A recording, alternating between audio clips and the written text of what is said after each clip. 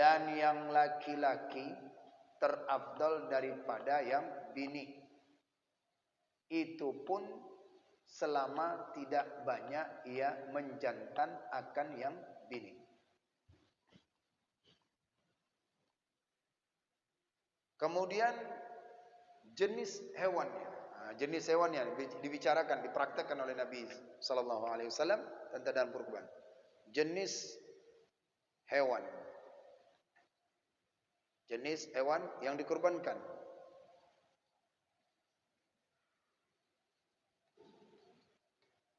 Adalah yaitu yang jantan yang lebih afdal.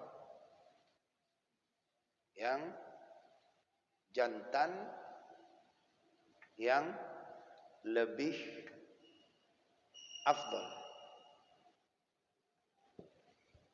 Paham ya? Yang jantan yang lebih afdal. Tapi lihat dulu. Kita kan cuma lihat asalkan jantan kita kurbankan. Asalkan jantan kita kurbankan. Maksud dalam kitab ini yang jantan yang lebih afdal, tapi dia itu tidak banyak kawin. Tidak banyak bini gitu disebutkan. Itu pun dia tidak banyak kawin. Mungkin dia itu baru-baru tumbuh-tumbuh. Itu tuh. Belum tersentuh dia dengan perempuan, dengan yaitu betina lainnya. Bukan asal jantan, mana yang lebih baik? Jantan. Lihat dulu, ada di atasnya lagi lebih baik. Yaitu jantan yang lebih afdal itu apa? Yang belum itu yang belum berkawin.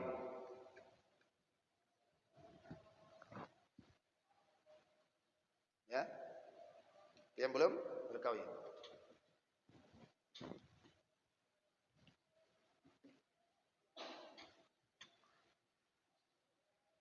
Dan yang laki-laki terafdal daripada yang bini. Itu pun selama tidak banyak yang menjantan akan yang bini. Menghilangkan kejantanannya, dia cari betina-betina. Ini di bawah afdal jenis kelamin.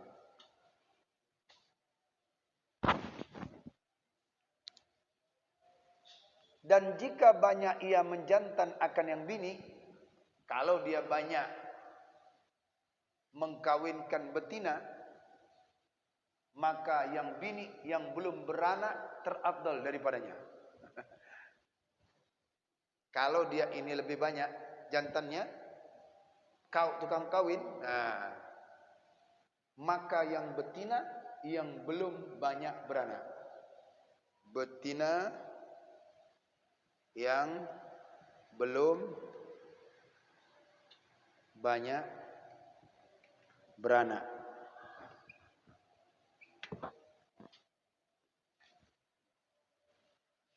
Kalau sudah banyak beranak, udah beda lagi.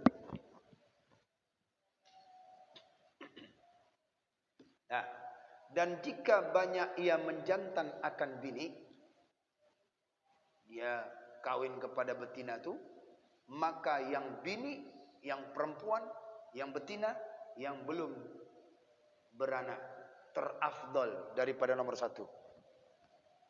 Daripada jantan yang berkawin.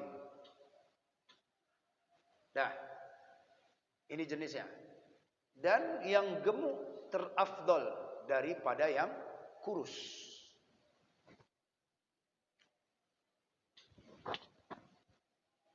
Yang gemuk terafdal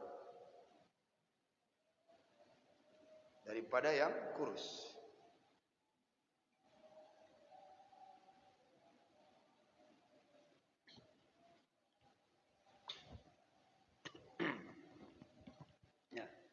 Maka seekor yang gemuk terafdal daripada 2 ekor yang kurus. Kalau ada yang hewan kurban yang gemuk itu, ya, dia gemuk 1, ada yang berkorban 2 tapi kurus, maka 1 ekor yang gemuk itu lebih baik. Kemudian Jika ada bagi keduanya itu warna yang afdal atau ada keduanya, itu laki-laki sekalipun, jika ada bagi keduanya itu warna misalnya yang afdal atau ada keduanya itu laki-laki, udahlah warna dapat warna putih, kemudian dia dapat jantan tidak kawin, artinya tidak kawin-kawin. Tidak banyak dia cari kawinnya, betinanya tak banyak dia. Ini jika dia mendapati akan demikian itu warna yang afdal atau keduanya itu laki-laki sekalipun, karena kurban dengan yang gemuk itu tanda membesarkan kurban. Tanda membesarkan kurban. Berarti dia itu salah satu daripada orang atau kurbaner ini membesarkan kurban, mengagungkan daripada kurban. Cari yang gemuk. Ya, saya jelaskan semakin dia gemuk, semakin dia yang sehat dia. Makanya laki-laki yang jantan itu beda dagingnya dengan yang betina, dia lebih padat, dia lebih gemuk. Apalagi tadi masih jantan perjaka, belum tersentuh dengan betina-betina lainnya. Nah, ini yang lebih baik. Kalau dua-duanya, itu yang paling utama. Kenapa dia melakukan kedua-duanya ini? Tujuannya adalah dia telah membesarkan kurbannya, menggemukkan kurbannya. Berarti dia telah membesarkan kurbannya dengan menggemukkan daripada hewan yang akan dikurbankannya. Jadi intinya cari yang gemuk. Cari yang gemuk. Maka telah terdahulu hadis Nabi sallallahu alaihi wasallam pada menyuruhkan dengan membesarkan kurban. Jelas ini? Ada jelas? Nah, yang disebutkan tadi ini cari yang gemuk berarti sesuailah dengan hadis Nabi sallallahu alaihi wasallam yang pertama kita kajikan pada hari Jumat. Mana hadisnya? Bila dia gemuk hewannya, hewan kurban, ya, bila gemuk hewan kurban itu tanda membesarkan kurbannya. Membesarkan kurban artinya dekat kepada Allah.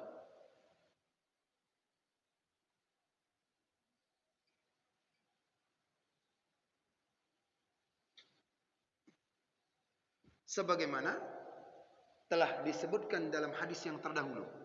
Sebagaimana dalam hadis yang dahulu. Bisa dicek lagi ya di judul yang pertama. Di judul yang pertama, barisan yang ke bawah. Lihat, perhatikan apa hadisnya. Kata Nabi,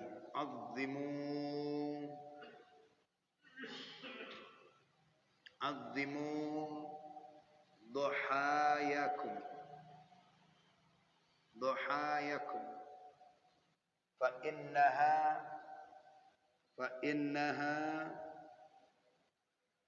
matayakum fa innaha siratul matayakum fa innaha siratul matayakum azzimu duhayakum, besarkan olehmu daripada kurbanmu. Artinya gemukkan. Di dalam kitab itu diterjemahkan besarkan. Dijelaskan oleh para ulama hadis, maksud dari hadis ini adalah gemukkan hewanmu bila untuk dikurban.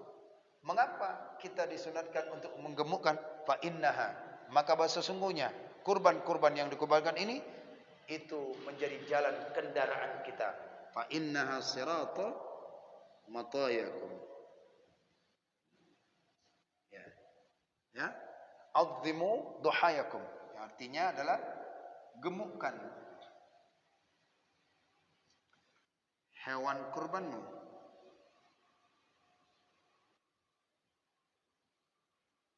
Terus fa innaha, maka sesungguhnya, ini ilmu yang berulang-ulang Pak ya. Tahun depan nanti diulang lagi. Ketemu dia masalah lagi. Fa innaha, maka bahwa sesungguhnya ia menjadi jalan kendaraan.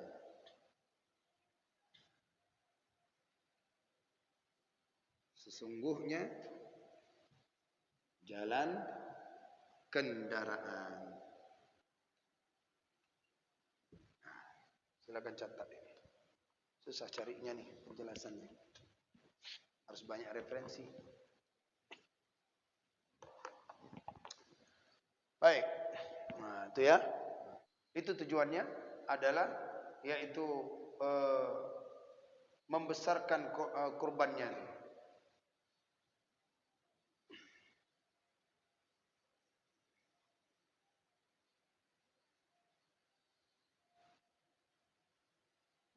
Silakan catat.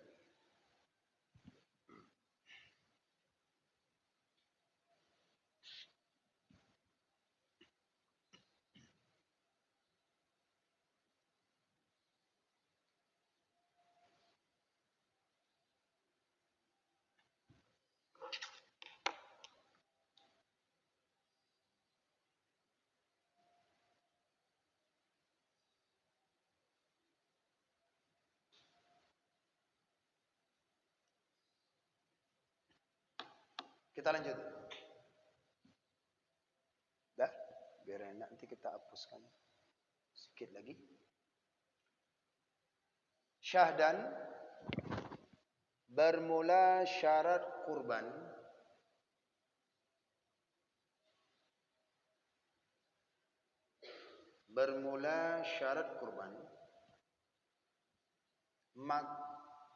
jika bermula syarat kurban, jika ada ia daripada unta,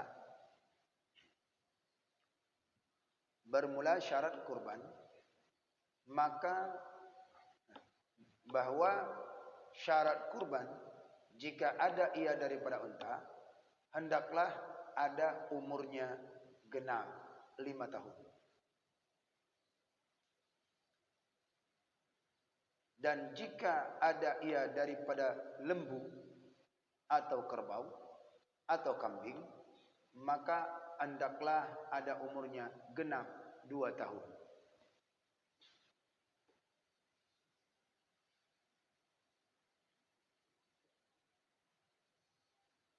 Ya, itu genap 2 tahun. Dan jika ia daripada biri-biri, maka hendaklah ia genap 1 tahun.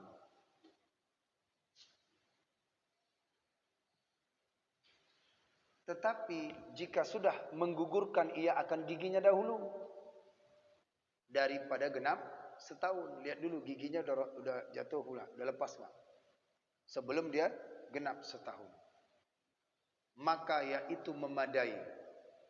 Kalau sudah gugur giginya, itu sudah, yaitu sudah memadai.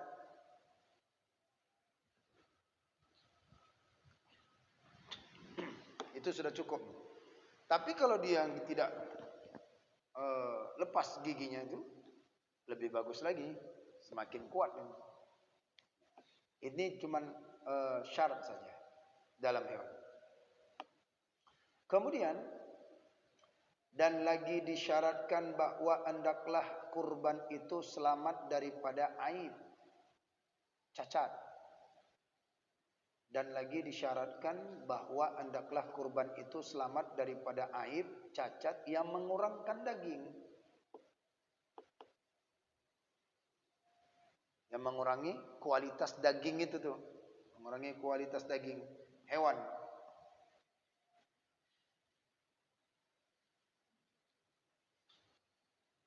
Sekalipun maka tidak memadai jika ada kurban itu berkudil. Berkudil itu kudis, cacat kudis, koreng. Maka tidak memadai, maka tiada memadai jika ada kurban itu berkudil. Dan jika sedikit kudisnya lagi diharap akan hilangnya sekalipun, walaupun dia itu akan mau hilang sekalipun, cuma sedikit saja, cuma sedikit sekalipun, maka tidak memadai kurban itu. Karena bahwasannya ia membinasakan akan daging dan mengurangkan qimah. Kalau yang berkudil itu akan dapat mengakibatkan daripada kurang daging dan kurang qimah. Apa qimah? Harganya. Jadi ini seharusnya ini 5 juta, tapi karena dia ada kudis di kakinya menjadi 4 juta. Berarti nurun. Jadi berakibat dengan hilangnya. Baik.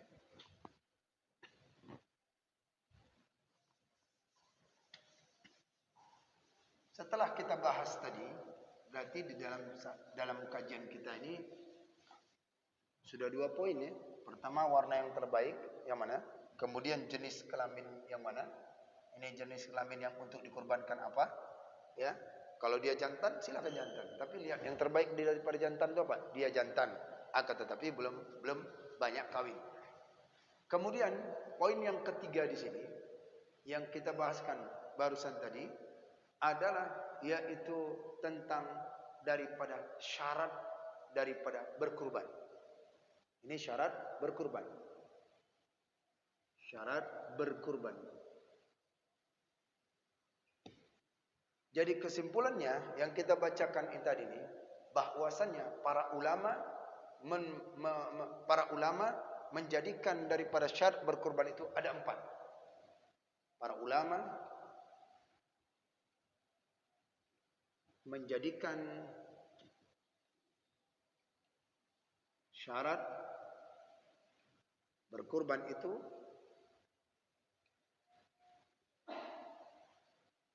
ada 4. 1.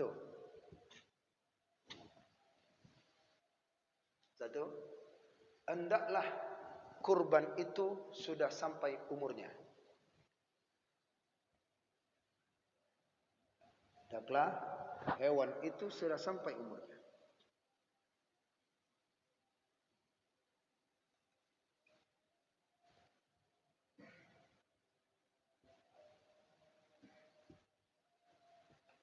Unta tadi berapa tahun? Unta berapa tahun? 5 tahun. Ada ulama menjelang 6 tahun. Kalau 5 tahun sudah, tapi menjelang 6 tahun. Kambing, terus sapi, domba, maka ini adalah 2 tahun. Ya kan? Nah, menjelang 3 tahun itu lebih baik. Ini syarat untuk menjadikan dia yaitu daripada kurban. Yang kedua, mana dia? Syaratnya kurban itu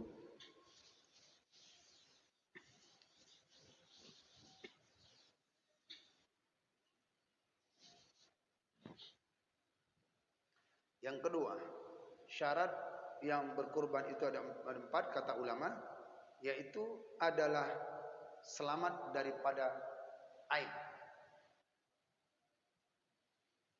Selamat dari aib. Makna aibnya apa? Cacat. Ya. Walaupun ada kurdilnya sekalipun, itu tidak mencukupi. Walaupun ada kudisnya sedikit sekalipun, karena akan mengakibatkan akan berkurang daging dan qimah, berkurang daging dan qimah atau harga. daging dan dengkimah. Dan yang cacat di sini disebutkan oleh para ulama, yang cacat ini pun disebutkan oleh para ulama itu satu, ada 4 ya, juga ada 4 juga aura, yaitu buta. Yang kedua arja, pincang. Yang ketiga disebutkan maridah. Maridah itu sakit yang nampak, udah nampak tuh. Udah terbatuk-batuk, udah batuk darah, udah bengek dia. Kemudian udah kurdilnya, itu maridah. Aura, arjal dan maridah. Yang keempat itu ajfah. Ajfah itu adalah kurus hingga kering. Nah, makanya dijaga betul-betul tuh nanti menjelang Idul Adha tuh. Jangan sampai kurus dia, yaitu temakan oleh nyamuk atau lain sebagainya. Besoknya udah habis dagingnya. Nah, dijaga dia.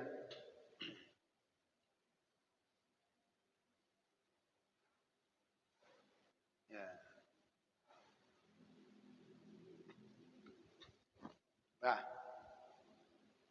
apa dia tadi? Yang disebut dengan daripada aib itu, yang dikatakan aib,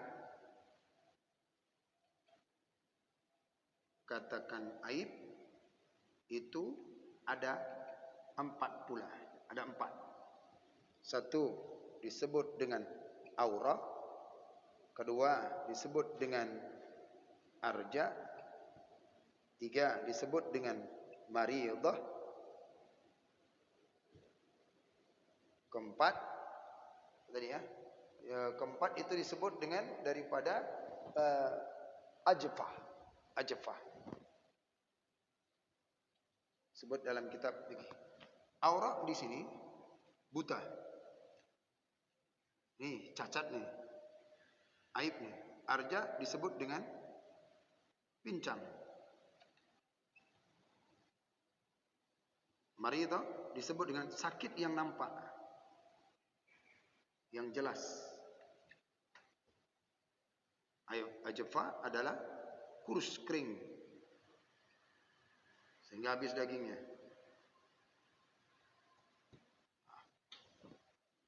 Kurus.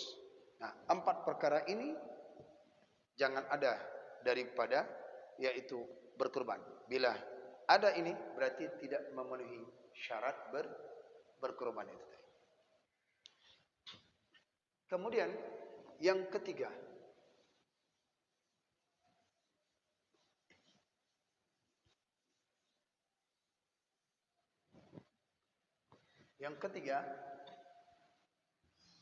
hendaklah hewan yang dikurbankan itu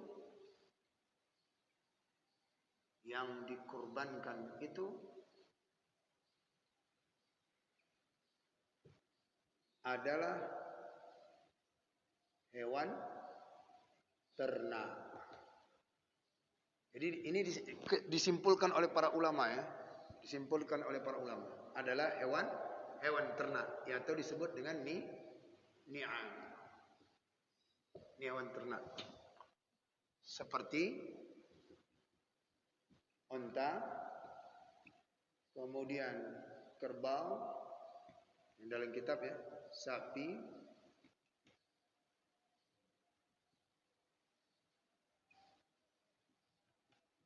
biri-biri, domba.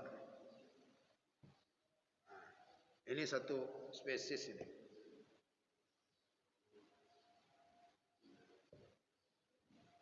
Nah, satu spesies ini.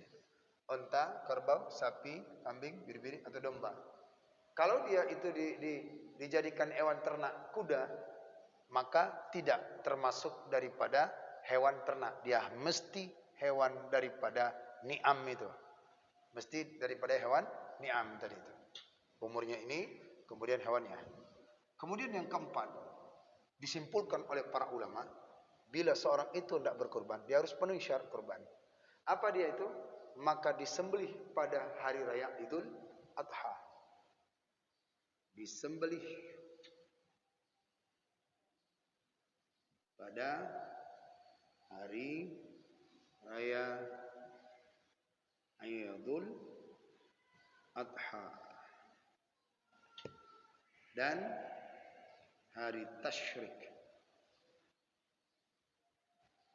Bila disembelihnya itu sebelum daripada Idul Adha, malam takbir misalnya, tidak sah. Bila disembelihnya yaitu pagi sebelum khatib naik mimbar, juga tidak sah. Maka dia harus daripada fasalli li rabbika, salat 2 rakaat, kemudian dia mendengarkan khutbah, kemudian dia sembelih, barulah sah. 10 itu yaitu mulai daripada 10, 11, 12, 13 Dzul Hijjah. Ini dah sampai asar. Nah, jadi kalau 11 masih ada, kemudian 10. Itu yang terakhir.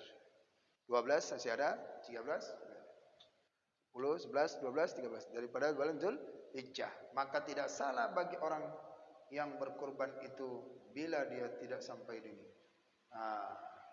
Dari 4. Maka dari 4 syarat ini, Pak. Dari 4 syarat ini yang bisa kita lihatkan.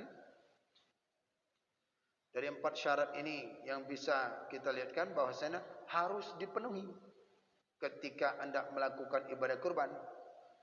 Ketika Anda melakukan ibadah kurban, jika salah satu saja itu tidak terpenuhi, maka tidak sah dalam ibadah kurban.